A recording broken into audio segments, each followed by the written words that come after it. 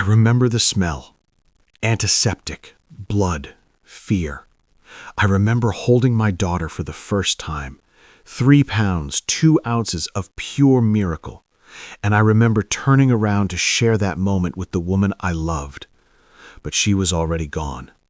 The nurse found me 20 minutes later, still standing there in that delivery room, still holding our baby girl, still waiting for her to come back from wherever I thought she'd gone. Maybe the bathroom, maybe to call her family, maybe to catch her breath after 14 hours of labor. She never came back. My name is James Crawford. 7 years ago, the woman I loved walked out of a hospital 5 minutes after giving birth to our daughter. She left behind her purse, her clothes, and a newborn fighting for life in the NICU. For 7 years, I raised our daughter alone. I had questions, I had anger, I had theories, but I never had answers. Until last month, when I saw her in a crowded Seattle market. Until I chased her into a parking garage. Until I discovered what she'd been hiding from me all these years.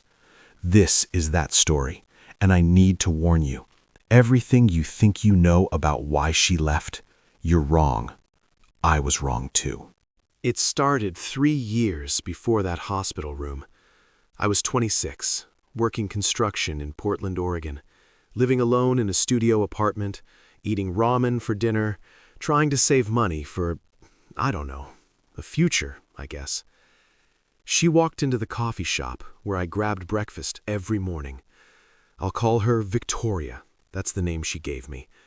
Dark hair pulled back in a ponytail, green eyes that caught the morning light, wearing jeans and a flannel shirt like half of Portland. Nothing remarkable, except she was remarkable to me. We talked for 15 minutes that first day. Just small talk, coffee preferences, the weather, the kind of conversation you have with strangers that usually ends in polite smiles and goodbyes. But she came back the next day, and the day after that. By the end of the week, we were meeting intentionally. 2 weeks later, our first date. 1 month later, I was completely in love. Looking back now, the red flags were everywhere. But when you're falling in love at 26, you don't see red. You see everything through rose-colored glass. She never talked about her family. When I asked, she'd say they were complicated and change the subject. She had no social media presence, no Facebook, no Instagram, nothing. Said she valued her privacy, didn't like putting her life online. I thought it was refreshing, honestly. Everyone else I knew lived on their phones. She paid for everything in cash. Groceries, bills, dinners. Said she didn't trust banks after some identity theft thing in college. Again, seemed reasonable, quirky even. I thought it made her interesting. She had no old friends who visited, no photo albums, no yearbooks, no past, essentially, just a present with me. 6 months in, she moved into my apartment, brought 1 suitcase and a backpack. I remember joking that she was a minimalist. She laughed. I didn't know that laugh was hiding terror. 1 year in, she told me she was pregnant. I proposed that same night. Nothing fancy, just me on one knee in our tiny apartment with my grandmother's ring that I'd been carrying in my pocket for weeks, waiting for the right moment. She said yes. She cried. We held each other and made plans for a future I thought we'd have together. I should have known. I should have asked more questions. But I was happy. Deliriously, stupidly happy. If you want to uncover more chilling true crime stories and see justice exposed, subscribe to Crime Vaults as we bring light to the darkest true crime cases and never miss the secrets hidden in plain sight. The pregnancy was difficult from the start. Victoria was sick constantly. Hyperemesis gravidarum, the doctor called it. Severe morning sickness that lasted all day, every day. She lost weight instead of gaining it. I'd come home from work to find her curled up on the bathroom floor. I wanted to go to every doctor's appointment, wanted to be there, be supportive, but she wouldn't let me. You can't keep missing work, she'd say. We need the money. The baby needs insurance. I'm fine, I promise. She'd come back from appointments with update sheets, ultrasound pictures. Everything seemed normal, so I believed her. I trusted her. Another mistake. Around month 5, she started getting anxious, jumpy. I'd come home and find her looking out the window, watching the street. When I asked what was wrong, she'd say pregnancy hormones, nesting instincts. Doctor said it was normal. I believed that too.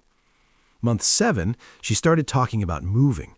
Maybe to Seattle, she said, or maybe down to California. Fresh start for the baby, new opportunities. I said we couldn't afford it, not with the baby coming. We'd move later, I promised, after she was born, after we had savings. Victoria didn't bring it up again, but I'd catch her looking at rental listings online, searching for apartments in cities I'd never heard her mention before.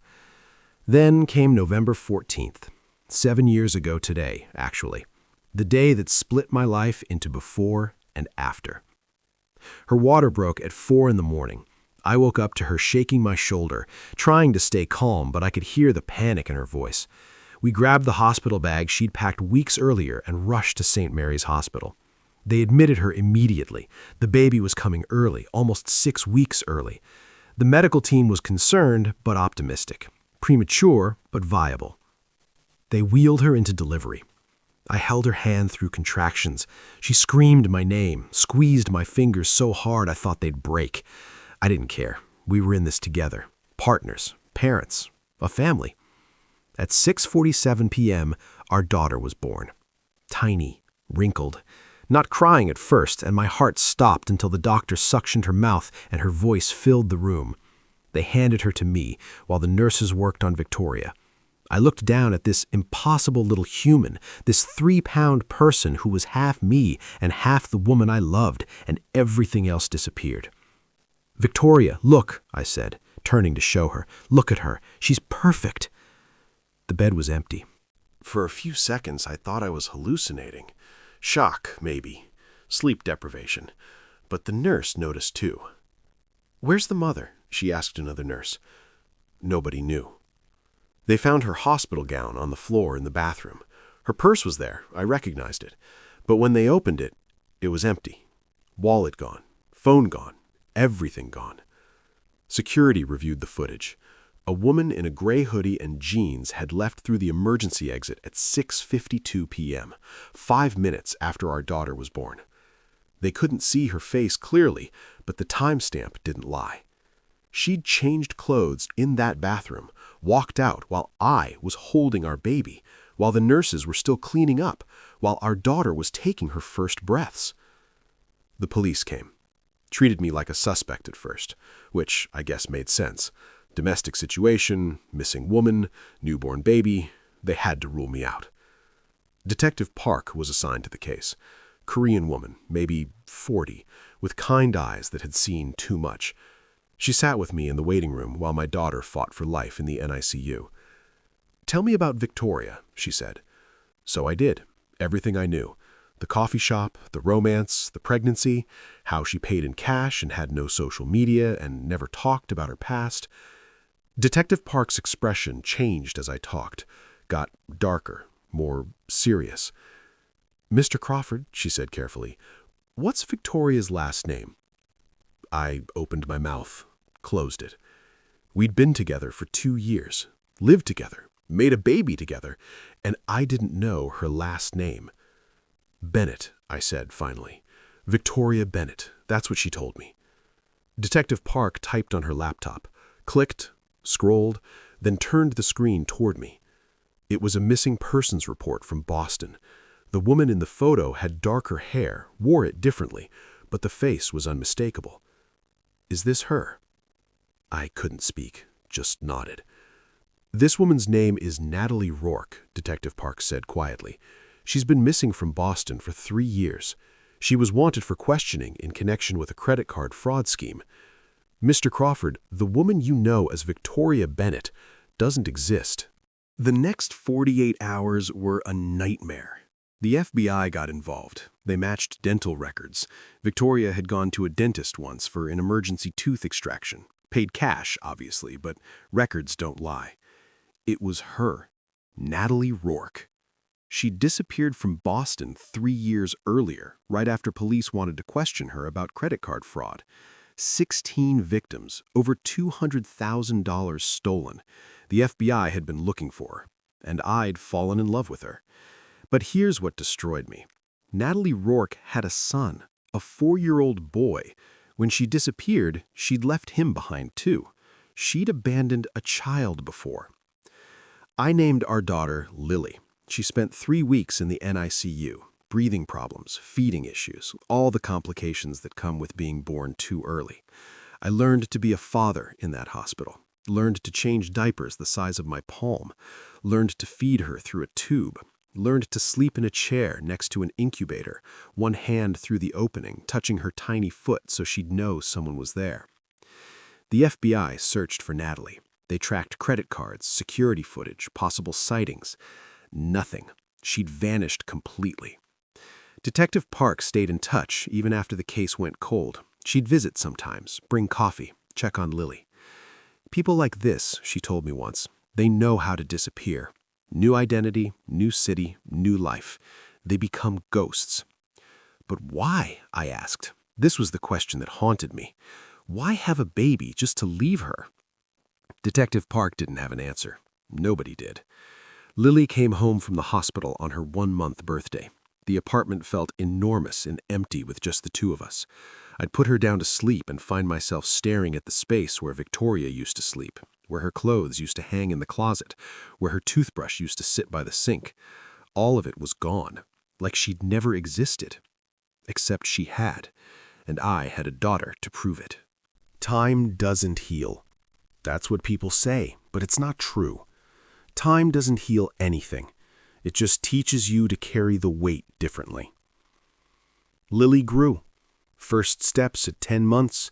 First word at 1 year, Dada.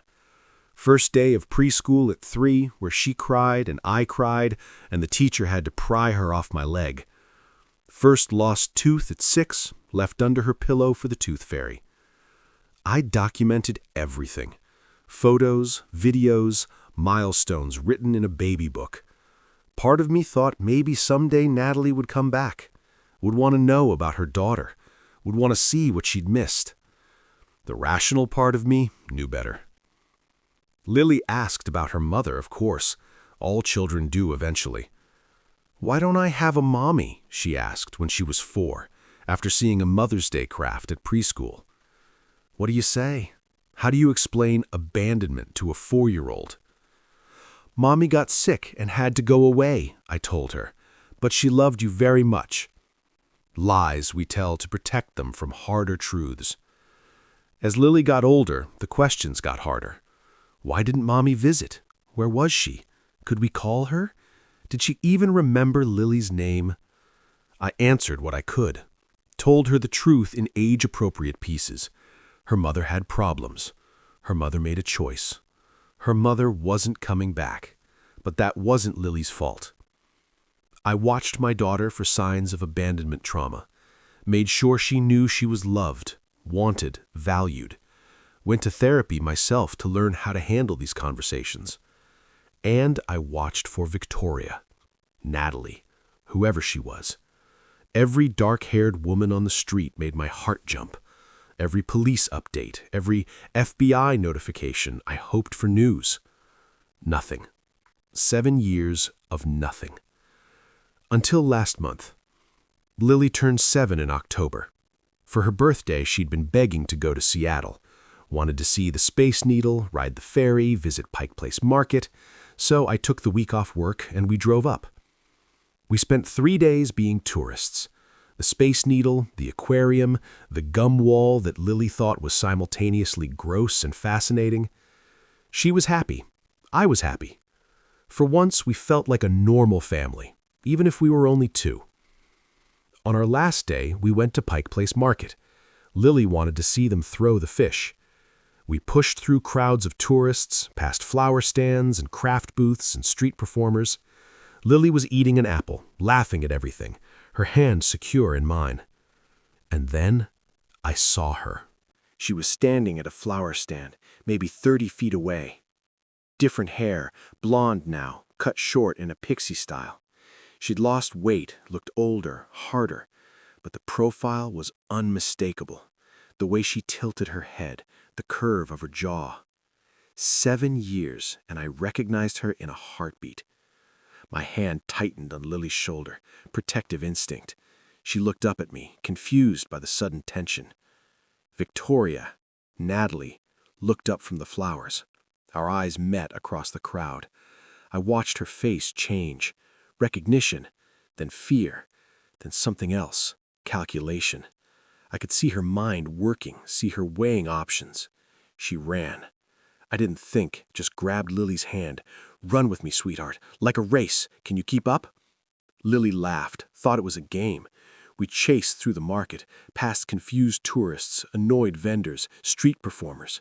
Natalie was fast, but she kept looking back, and that slowed her down. She ducked into a parking garage. I followed, pulling out my phone with my free hand, dialing 911. The parking garage was dim, nearly empty. Our footsteps echoed. Natalie stopped at a black sedan, fumbled with keys. Her hands were shaking. I was 20 feet behind her. "Natalie!" She froze. The keys fell from her hand, clattered on the concrete. Slowly, she turned around, and I saw her face clearly for the first time in 7 years. She'd aged more than 7 years should account for. Lines around her eyes and mouth, gray in her blonde hair. She looked like someone who hadn't slept well in a very long time. "James," she whispered, "please, you don't understand." The back door of the sedan opened. I stopped walking. Lily pressed against my leg. A little boy stepped out of the car, maybe 7 years old. Dark hair, green eyes, wearing jeans and a Star Wars t-shirt. And he looked exactly like me. Not similar, not kind of like me, exactly like me. Like someone had photocopied my childhood pictures and brought them to life. My legs almost gave out. The phone nearly slipped from my hand. On the line, the 911 operator was asking for my location, asking what my emergency was. "Mammy?" the boy said, looking at Natalie with concern. "What's wrong?" Lily's hand tightened in mine. "Daddy? Who's that?" Natalie's face was white. Tears were streaming down her cheeks. "James, I can explain. I can explain everything. Just please." "Explain what?" My voice didn't sound like mine. It sounded like it was coming from somewhere far away. "Explain that you stole my son?" The word hung in the air. My son. Natalie shook her head violently. No, you don't understand. I didn't steal. I saved." "Saved?"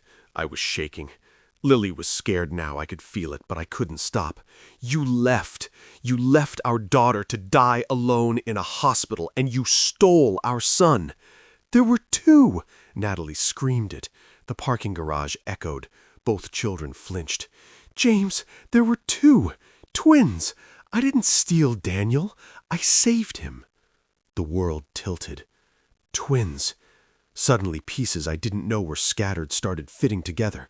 The difficult pregnancy, the excessive sickness, the refusal to let me come to appointments, the early labor. "You knew," I whispered.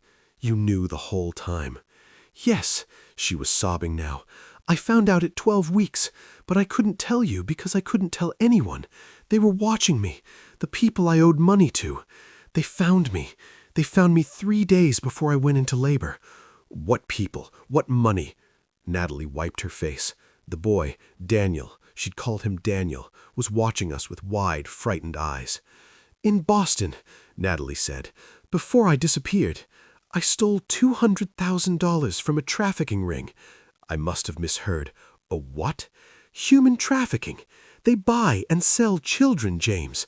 I worked for them, not knowing what they did at first, just thought it was a shipping company. But when I figured it out, when I saw what they were doing, I stole from them. Money they'd made selling kids. I was going to go to the police, expose everything." She was shaking now, the words tumbling out faster and faster. "But they found out, threatened to kill me. So I ran, came to Portland, changed my name, thought I was safe. Then I met you, and I fell in love, and I got pregnant. And for a while I thought maybe I could have a normal life." "Then they found you," I said quietly. 3 days before labor, a man came to our apartment while you were at work. He knew my real name, knew about the money, and he knew I was pregnant." She looked at Daniel. "He said when the baby was born, they'd take it, sell it, pay my debt that way." My stomach turned. "So you—" "I made a choice," Natalie's voice broke. "At the hospital, when they told me I was having twins, I knew I couldn't save both. If I tried to keep them both, they'd find us, kill me, take both babies. So I took Daniel and I ran. I left Lily with you because I knew you'd protect her. You're good, James. You're safe. But Daniel, they knew about Daniel. They were waiting for Daniel." The 911 operator was still on the line. I could hear sirens in the distance. "So you chose on our children." "What would you have done?" Natalie screamed. "What would you have done? Let them take both? Watch my babies disappear into that nightmare? I saved the one I could save." "You could have told me. We could have gone to the police." "They would have killed you." She was crying so hard she could barely speak. "They would have killed all of us. So yes, I made an impossible choice. I took my son and I ran, and I spent 7 years looking over my shoulder and living in terror and changing cities every few months. And yes, I'm a coward, but my son is alive." "Our son," I corrected. "Both of them. Our children." The sirens were close now. Police cars pulled into the parking garage. Natalie looked at me, really looked at me. "I'm sorry. If it worths anything, I'm so sorry." They arrested Natalie on the spot. FBI arrived within the hour. Detective Park called me personally when she heard. She had retired the year before, but she still kept tabs on the case. Turned out, most of what Natalie told me was true. The FBI had been building a case against the Boston trafficking ring for years. When they interrogated Natalie, she confirmed details they'd been trying to verify: names, locations, operations. The money she'd stolen? Exactly what she said. Blood money from selling children. She'd used it to run, to hide, to keep Daniel safe. Her first son, the 4-year-old from the missing person report, he hadn't been abandoned. He died, leukemia, 18 months before she disappeared. She'd stolen the money trying to pay for his treatment. When he died anyway, she'd planned to go to the FBI with everything she knew. That's when they'd threatened her. The FBI offered her a deal: witness protection in exchange for testimony, full cooperation. But there was a problem. Daniel and Lily, twins who'd spent 7 years apart. Legally, I had custody of Lily. Natalie had no legal rights to Daniel. She'd raised him under a false identity. They said one of us would have to give up our child. I looked at Lily, at Daniel, brother and sister who didn't know each other, 2 halves of a whole. And I made a choice, too. I'm looking at them right now, Lily and Daniel, 7 years old, sitting on my couch, watching a movie together, sharing popcorn. They look so much alike, it's almost eerie. They have the same laugh, the same way of tilting their head when they're thinking. They've known each other for 3 weeks. They act like they've been together forever. Natalie's in witness protection. She sends letters, drawings, updates. She'll never be their mother, not really, not in the way that matters. But she's alive. She's safe. And because of her testimony, 16 children were rescued from that trafficking ring. 16 kids got to go home. I don't forgive her. I don't know if I ever will. But I understand her. The impossible choice between 2 children. The terror of trying to save even one. Detective Park visited last week, brought gifts for both kids. Before she left, she told me something. Some people destroy their families because they're selfish, she said. Some destroy them trying to save them. The outcome looks the same from the outside, but the intention, maybe that matters. Maybe it does.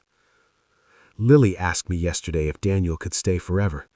I told her yes, because at the end of the day, after 7 years of questions and anger and loss, we're finally whole. My name is James Crawford. The woman I loved left me at a hospital with our baby 7 years ago. For 7 years, I thought she'd abandoned us because she didn't care. Turns out, she left because she cared too much. And that is somehow harder to live with.